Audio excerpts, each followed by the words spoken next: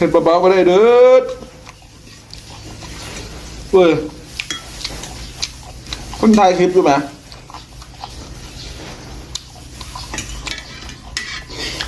ไม่เห็นบอกคนไทยคลิปเหรอบอกนั่งบอกว่าปากเลยเรียบร้อย